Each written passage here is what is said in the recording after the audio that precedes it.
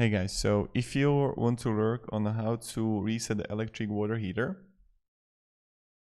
someone wrote, I don't know if you have like this one right here on the picture, and someone wrote here, behind those panels on the actual water heater, there should be a thermostat. One of those, usually top one, has a GFCI built in, and there should be a red button. Press that button if you hear a click or feel it. That means that the breaker was tripped, and if that doesn't work, then yes, you want to call a plumber.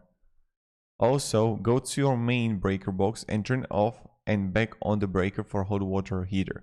Go back to the water heater and you should hear it starting to heat up in 5 to 10 minutes. And if not, turn off the breaker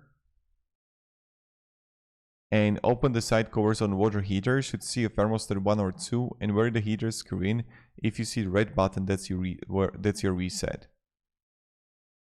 So thank you very much for watching and have a great day and goodbye.